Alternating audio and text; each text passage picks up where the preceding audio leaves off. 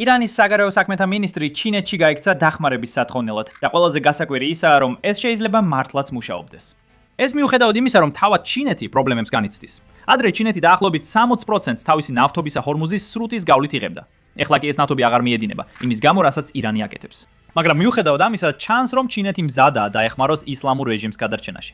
მოდით ნახოთ, რას აკეთებს ჩინეთი. შედავთ, ჩინეთისთვის პრობლემა მაშინ დაიწყო, როცა აშშ-ის ფინანსთა სამინისტრომ სანქციები დაუწესა ჩინეთის ჰანგლის ნავთობქიმიურ გადამამუშავებელ ქარხანას. ეს ძალიან დიდი ქარხანაა. ეს ქარხანა ყოველდღიურად ამუშავებს დაახლოებით 400,000 ბარელ ნავთობს, რაც მას ქვეყნის მასშტაბით მეორე უმსხვილეს დამოუკიდებელ გადამამუშავებელ ქარხანად აქცევს. ეს სანქციები აპრილის ბოლო კვირაში დაწესდა. აი, რას თქვა მაშინ ფინანსთა მინისტრმა ბასენმა, როცა სანქციები დააწესა? მოусმინეთ. ჩვენ თანამშრომლობთ ჩვენს სპარსეთის ყურის მოკავშირეებთან, რომლებიც თითქმის 40 თვის განმავლობაში იყვნენ თავდასხმის ქვეშ და ახლა გაცილებით მეტად მზად არიან გააზიარონ ირანის რეჟიმის წევრებისა და მათი ქვეყნების საბანკო ანგარიშების შესახებ ინფორმაცია. ჩვენ უკავშირდებით ბანკებს, მათ შორის ჩინურ ბანკებსაც, რათა შევახსენოთ, რომ ირანული საქონლისა და მათი შეძენის ნებისმიერი ფორმა აკრძალულია. და რომ დოლარები დაექვემდებარება სანქციებს და თუ პრობლემა წარმოიშვება, ჩვენ მოვითხოვთ თხოვთ მეორად სანქციებს. ეხლა ამ სანქციებზე პასუხად ჩინეთმა გააკეთა რაღაც, რაც ასე ხშირი არ არის. მათ რეალურად დაბლოკეს ეს. მათ გამოსცეს აკრძალვის განკარგულება, რომელიც ფაქტობრივად კრძალავს ნებისმიერ კომპანიას ჩინეთის შიგნით, რომ დაემორჩილოს ამ სანქციებს. ეხლა ეს აკრძალვის განკარგულება დიდ ზეწოლას ახდენს საერთაშორისო კომპანიებზე, რომლებიც ჩინეთში საქმიანობენ. და როცა ვამბობ საერთაშორისო, ვგულისხმობ ნებისმიერ კომპანიას, იქნება ეს ჩინური თუ უცხოური, რომელიც საქმიანობს როგორც ჩინეთში, ასევე მის ფარგლებს გარეთ. შესაძლოა, აქაც კი შეერთებულ შტატებში. რადგან ეხლა ეს კომპანიები ძალიან რთულ მდგომარეობაში არიან. თუ ისინი სანქციებს დაემორჩილებიან, მაშინ ჩინეთის კანონებს არღვევენ. და თუ ისინი სანქციებს არ დაემორჩილებიან, მაშინ ამერიკის კანონებს არღვევენ. როგორც უკვე ვთქვი, ეს ისაა, რაც ჩინეთს აქამდე არ უცდია. ამასთანავე, აშშ-მ სანქციების სხვა რამდენიმე კომპანიასა და ბანკსაც დაუწესა, რომლებიც ირანს ეხმარებოდნენ და ჩინეთმა ამაზე არ უპასუხა. მაგრამ ამჯერად ჩინეთმა უპასუხა. ძირითადად იმიტომ, რომ ეს ქვეყნის მეორე ყველაზე დიდი ნავთობ გადამამუშავებელი ქარხანაა. და ამას გარდა, ეს ქარხანა ძალიან მნიშვნელოვანია მის გარშემო მდებარე რეგიონების მომარაგებისთვის. და სწორედ ამიტომ ჩინეთს ნამდვილად არ შეუძლია ამ ქარხნის დაკარგვა. ამიტომაც ისინი წინააღმდეგობას უწევენ. აშშ-ის თვალსაზრისით, ჩვენ ზუსტად არ ვიცით, როგორ უპასუხებს ჩინეთი. რადგან კიდევ ერთხელ ხაზინის დეპარტამენტს რეალურად არ გაუკეთებია კომენტარი. მათ არ უთქვამთ რა მოხდება. მანამდე მათ განაცხადეს, რომ ნებისმიერი კომპანია, რომელიც დაარღვევს აშშ-ის სანქციებს, დაისჯება მეორადი სანქციებით. ეხლა, ეს არის ის, რაც ხაზინის დეპარტამენტმა თქვა მანამ, სანამ ჩინეთმა ეს სამართლებრივი აკრძალვა შემოიღო. ზუსტად არ ვიცით, აპირებენ თუ არა რამეს გააკეთონ, რომ ჩინეთთან კონფლიქტი გამოიწვიონ. რადგან როგორც ბევრმა თქვენგანმა შეიძლება უკვე იცოდეს, პრეზიდენტი ტრამპი სინამდვილეში ჩინეთში სტუმრობს, რათა შეხვდეს სი ძინპინს, მგონი 15 მაისს. ასე რომ ეს ძალიან მალე მოხდება. და მე ეჭვება, რომ აშშ-ს სურს რაიმე საერთაშორისო ინციდენტის შექმნა ამ შეხვედრამდე. ეხლა გუშინ სახელმწიფო მდივანმა მარკო რუბიომ პრეს-კონფერენცია გამართა და მას ამაზე კითხეს. მან არ გასცა კონკრეტული პასუხი თუ რას აპირებს ფინანსთა მინისტრი, მაგრამ რამდენიმე მნიშვნელოვანი საკითხი მაინც აღნიშნა. ასე რომ მოусმინეთ. შეიძლება უპასუხოთ იმასაც, რომ იგნორირებენ აშშ-ს სანქციებს? ამ საკითხზე ფინანსთა სამინისტროში გადაგამისამართებთ. ჩვენ გვაქვს გარკვეული ვარიანტები. თუ ჩვენ სანქციებს უულებელყოფთ, მეორად სანქციებს მიიღებთ. ამასთან დაკავშირებით დღეს განცხადება არ მაქვს, მაგრამ ჩვენ ამას სიმბოლურად არ ვაკეთებთ. პირველ საკითხთან დაკავშირებით ვიზიტზე ეს ნორმალურია. იმედი მაქვს ჩინელები მას იმას ეთქვიან, რაც უნდა უთხრან. ანუ იმას, რომ სრუტეებში რასაც აკეთებს, სწორედ ამის გამო ხდება გლობალურად იზოლირებული. ამ შემთხვევაში ცუდი სწორედ ის არის. თქვენ არ უნდა აფეთქებდეთ გემებს, არ უნდა დგამდეთ ნაღმებს, არ უნდა ცდილობდეთ გლობალური ეკონომიკის მძევლად აყვანას.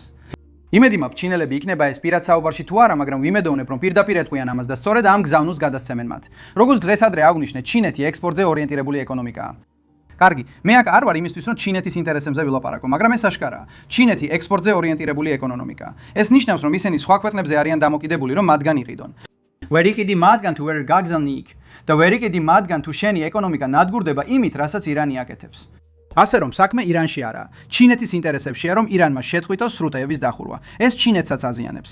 შემდეგ სწორედ გუშინ ღამით ირანის საგარეო საქმეთა მინისტრი აბას არაღი ჩავიდა ჩინეთში. ეს არის პირველი ასეთი ვიზიტი. ეს არის პირველი შემთხვევა, როცა ის ჩინეთს ესტუმრა ამ ომის დაწყების შემდეგ. ასე რომ ეს ნამდვილად ის საკითხია, რომელსაც ყველა ყურადღებით ადევნებს თვალს. განსაკუთრებით იმის გათვალისწინებით, რომ ჩინეთი შედარებით ერთ-ერთი ყველაზე დიდი ეკონომიკური მხარდამჭერია ისლამური რეჟიმის. ისინი კითხულობენ დაახლოებით 98% იმ ნავთობისა, რომელსაც ისლამური რეჟიმი ექსპორტზე აგზავნის. ასე რომ არა ჩინეთი ირანში ეკონომიკას საერთოდ არ იარსებებდა. ასე რომ ირანი ნამდვილად დამოკიდებულია ჩინეთზე. და ზუსტად არავინ იცის რა სითხოვს ირანი ამ ეტაპზე. ეხლა როცა ამას სამშაბათ საღამოს ვიცერ, ზუსტად არ ვიცით რაზე აპირებენ საუბარს, მაგრამ ის რაც მოხდა მანამდე, სანამ ის ჩინეთში ჩაფრიდებოდა, ბევრად უფრო საინტერესოა. პრეზიდენტმა ტრამპმა გადაწყვიტა გამოეკუთვნებინა ეს განცხადება, რაც ყველასთვის შოკის მონგრელი იყო. ეხლა სანამ ამ განცხადებას განილავთ, დებას განვიხილავთ უბრალოდ სწრაფად შეგახსენებთ ყველას. დააწყაპუნეთ ქვემოთ მოწონებისა და გამოწერის ვილაკებზე. ეს ნამდვილად გვეხმარება ალგორითმში და გვაძლევს მეტ მოტივაციას, რომ თქვენთვის სიახლეები გავაშუქოთ.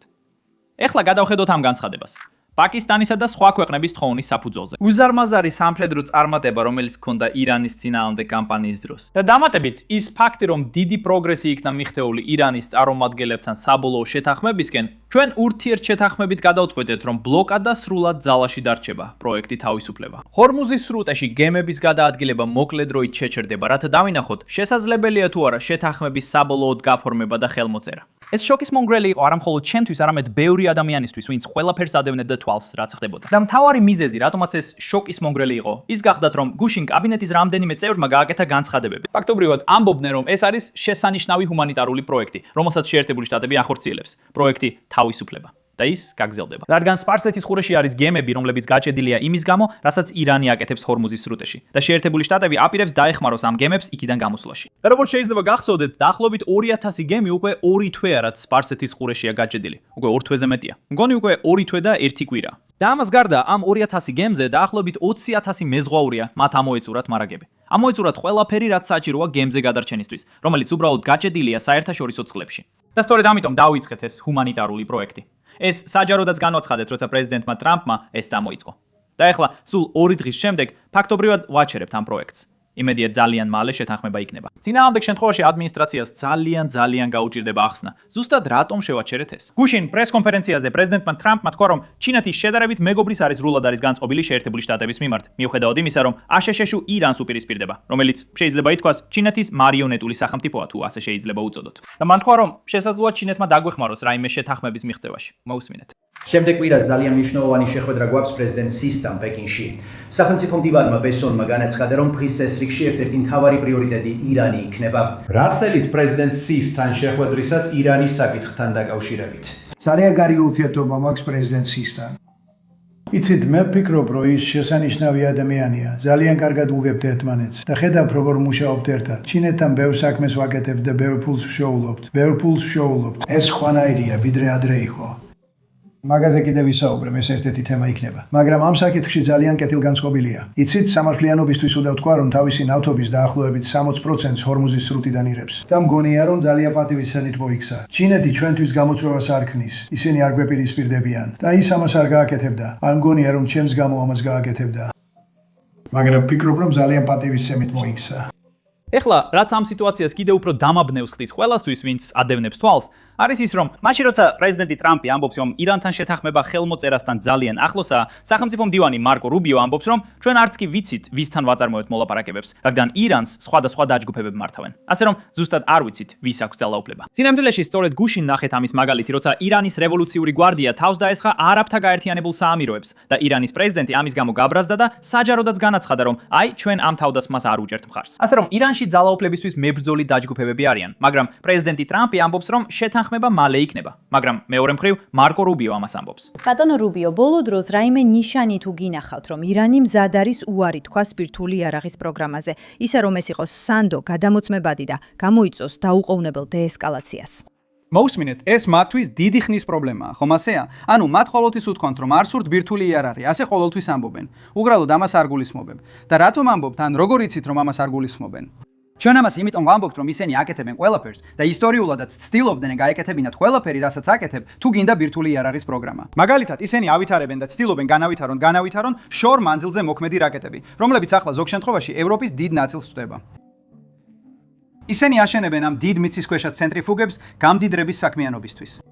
სოფლიოში ბევრი ქვეყანაა, რომელიც გამდიდრების საქმეშია ჩართული, მაგრამ ეს ხალხი ამას მთებში, მღვიმეებში და ფარულად აკეთებს. მათ ყოველთვის ჰქონდათ ბირთვული პროგრამის საიდუმლო კომპონენტები, რომლებიც სოფლიოსთვის უცნობი იყო. და ჩვენ ზუსტად ვიცით, რომ მათ შეინარჩუნეს 60%-მდე გამდიდრებული ურანი. ამას სამოქალაქო დანიშნულება არ აქვს, საერთოდ არანაირი. ამიტომ მათ აქვს შესაძლებლობა დაეთანხმონ რაღაცას, რაც ნათელს გახდის, რომ ისინი ბირთვული იარაღით არ არიან დაინტერესებული. ერთია თქვა, არ გვინდა ბირთვული იარაღი. მეორეა გადადგა ის ნაბიჯები, რაც ამტკიცებს, რომ არ გინდა ბირთვული იარაღი. სხვადასხვა თუ ირანს სურს სამოქალაქო ბირთვული პროგრამა ელექტროსადგურებისთვის და მსგავსი მიზნებისთვის, სოფლიოში ბევრი ქვეყანაა, რომელსაც ესა აქვს და ისინი არ ამდიდრებენ ურანს. ისინი იმპორტირებენ გამდიდრებულ მასალას. მათაც შეეძლოთ ეს ქონოდათ თუ ეს სურდათ, მაგრამ ისინი ასე არ იქცევიან. ისინი იქცევიან ისე თითქოს სამხედრო ბირთვული პროგრამა სურთ. ეს მიუღებელია. ასე რომ, ეს არის პროცესი, რომელშიც ეხლა ვარ ჩართული. ეს დიპლომატიის მიზანია. მივახციოთ გარკვეულ შეთანხმებას იმ საკითხებზე, რაზეც მათ დათანხმდნენ მოლაპარაკებას. ჩვენ არ გვჭირდება, რომ რეალური შეთანხმება დაწერილი იყოს და ეს ერთ დღეში ვერ დაიწერება, რადგან ძალიან რთული და ტექნიკური საკითხია. მაგრამ ჩვენ უნდა გქონდეს დიპლომატიური გადაწყვეტა, რომელიც ძალიან მკაფიოდ განსაზღვრავს იმ საკითხებს, რაზეც ისინი მზად არიან მოლაპარაკებისთვის და ასევე იმ ზომას და დათმობებს, რაზეც ისინი მზად არიან წინასწარ წავიდნენ, რათა ეს მოლაპარაკებები ღირებული იყოს. ამაზე მუშაობს სტივენ ჯარეტი და მთელი გუნდი და იმედი მაქვს, რომ ამაზე კარგი ამბები მექნება. ეს არის შედეგი, რომელსაც ჩვენ ვამჯობინებთ. ეს არის შედეგი, რომელსაც 1 წლის წინ ვამჯობინებდით. ეს არის შედეგი, რომელსაც ვფიქრობ, უმეტესობა ჩვენგანი დიდი ხნის წინ აირარჩევდა, მაგრამ ეს არ არის ის არჩევანი, რომელიც მათ მოგცეს, მათი ქმედებების გათვალისწინებით. ეხლა რა თქმა უნდა, როგორც თქვენ წარმოიდგენთ, ირანული მედია ამას დიდად ზეიმობს. ისინი ამას ძირითადად ირანის გამარჯვება წარმოაჩენენ და ამბობენ, რომ ირანს არაფრის დათმობა არ დასჭირდა. ეს არის შეერთებული შტატები, რომელიც უკან იხევს, რადგან საქმეები ზუსტად გეგმის მიხედვით არ მიდის ამერიკისთვის. და იცით რა, ისინი ამით არ გაჩერებულან. მათ ასევე შეუტიეს ფრანგულ ხომალდ, რომელიც ცდილობდა ჰორმუზის სრუტიდან უკან გამოსვლას, კვლავ უგულებელყოს საერთაშორისო სამართალი და განახორციელეს ტერორისტული თავდასხმები. სინამდვილეში აქ ყავს გაერთიანებული შტაბების უფროსთა კომიტეტის თავმჯდომარე, გენერალი დენ კეინი, რომელიც ზუსტად ხსნის, რამდენჯერ დაარღვია ირანმა ცეცხლის შეწყვეტა და შეუტია სამოქალაქო გემებს. მოусმინეთ. მოგცემთ ბოლო რამდენიმე დღის აქტივობების განახლებულ ინფორმაციას. თუ აქ რუკას დააკვირდებით, როგორც მდივანმა თქვა, შეერთებულმა შტატებმა დაარსა პროექტი თავისუფლება ჰორმუზის სრუტის გასახსნელად. ეს გრაფიკა აჩვენებს იმ სამხედრო შეტევებს, რომლებიც ირანელებმა სცადეს ან განახორციელეს რეგიონში. მწვანე და ლურჯი წერტილები აჩვენებს კომერციული ტვირთმზიდებისა და ტანკერების ჯგუფებს. და შეერთებულმა შტატებმა აქ სრუტეზე მნიშვნელოვანი ყოფნა დაამყარა, რათა ვაჭრობის თავისუფალი ნაკადი უზრუნველყოს. თუმცა აღსანიშნავია, რომ ბლოკადა აღმოსავლეთ ფლანგზე კვლავ გრძელდება. რუკაზე ნაჩვენებია ირანის თავდასხმების მაგალითები და ნიმუშები კომერციულ გემებზე სრუტეში, ასევე ომანის ყურესა და არაბეთის ყურეში. მას შემდეგ, რაც ცეცხლის შეწყვეტა გამოცხადდა, ირანმა კომერციულ გემებზე 9-ჯერ გაისროლა და 2 საკონტეინერო გემი დააკავა. და მათ აშშ-ის ძალებზე 10-ზე მეტჯერ მიიტანეს იერიში. თუმცა ეს ყველაფერი იმ ზღვარს ქვემოთ იყო, რომ ძირითადი საბრძოლო მოქმედებები თავიდან დაწყებულიყო ამ ეტაპზე. ასევე შეგიძლიათ ნახოთ ტანკერებისა და სატვირთო გემების ჯგუფი აშშ-ის ბლოკადის ხაზზე, როგორც უკვე ვახსენე. ირანის განურჩეველი თავდასხმების შედეგად რეგიონში ამჟამად 22,500 მეზღვაური იმყოფება 1550-ზე მეტ კომერციულ გემზე, რომლებიც გაჭედილნი არიან არაბეთის ყურეში და ვერ ახერხებენ გადაადგილებას. გადაზიდვების გარდა ირანი განაგზობს მეზობლებზე განზრახ თავდასხმებს. სულ გუშინ ირანმა ერთხელ შეუტია ომანს და 3-ჯერ არაბთა გაერთიანებულ საამიროებს, მათ შორის ფუჯაირას ნავთობის ტერმინალზე თავდასხმა, რომელიც წარმატებით იქნა მოგერიებული. მათ ასევე გაუშვეს საკრუიზო რაკეტები, დრონები და მცირე ნავები აშშ-ის ძალების წინააღმდეგ, რომლებიც კომერციულ გადაზიდვებს იცავდნენ სრუტეებში. და შეერთებული შტატების საზღვაო ძალების MH-60 ვერტმფრენებმა და არმიის AH-64 აპაჩის ვერტმფრენებმა წარმატებით მოიგერიეს ეს საფრთხეები. ამ დროისთვის დღეს უფრო მშვიდია. ეხლა ბოლოს და რაც თავარია, ირანმა გუშინ ასევე გამოაცხადა ახალი მექანიზმი გემებისთვის, თუ როგორ უნდა გადაკვეთონ ჰორმუზის სრუტე და გამოიცანით რა. შეცდომა დაუშვეს. ვარაუდობ, რომ რადგან ინტერნეტი ირანში ფართოდ გავრცელებული არ არის, ზუსტად არ იციან, როგორ მუშაობს ინტერნეტი. მათ გააზიარეს იმეილი, რომელსაც გამოიყენებენ გემებთან კომუნიკაციისთვის და ძირითადად ჯარიმების ამოღებისთვის. დაახლოებით $2 მილიონი თითო ტანკერზე. თუ სურთ ჰორმუზის სრუტის გადაკვეთა. ეხლა არ მინდა ისეთი რამ თქვა, რაც YouTube-ზე პრობლემებს შემიქმნის, რადგან ზუსტად არ ვიცი რა წესები მოქმედებს ამ საკითხზე. მაგრამ როგორც საინფორმაციო არხი, გაჩვენებთ emails, რომელიც ირანმა საჯაროდ გამოაქვეყნა. და იქნებ თუ რამდენიმე წუთი თავისუფალი დრო გაქვთ, ცოტათი გაერთოთ კიდეც. გააკეთეთ რაც გინდათ. ეს საჯაროა. ჩვენ თითოეულ ვიდეოზე მინიმუმ რამდენიმე 1000 ნახვა გვაქვს. ასე რომ თუ ირანი რამდენიმე 1000 emails მიიღებს, მგონია რომ მათ უფრო გაუჭირდებათ იმ $2 მილიონი ამოღება სხვა ტანკერებიდან. ასე რომ გაერთეთ. ეს არის ყველაფერი, რაც თქვენთვის მაქვს. იმედია, ხვალამდე გარიგებასთან დაკავშირებით რაიმე სიახლე გვექნება. როგორც თქვი, ამას თუ ერთ სამშაბათ საღამოს. ასე რომ, იმედია ჩინეთში, სადაც ირანის საგარეო საქმეთა მინისტრთან შეხვედრა მიმდინარეობს, რაიმე პროგრესი იქნება და ჩვენ გარიგებას მივახცევთ. წინააღმდეგ შემთხვევაში ძალიან დავიბნევი, რატომ შევაჩერეთ ოპერაცია თავისუფლების პროექტი. ჩემი სახელია სემი და შემდეგ ვიდეოში გნახავთ.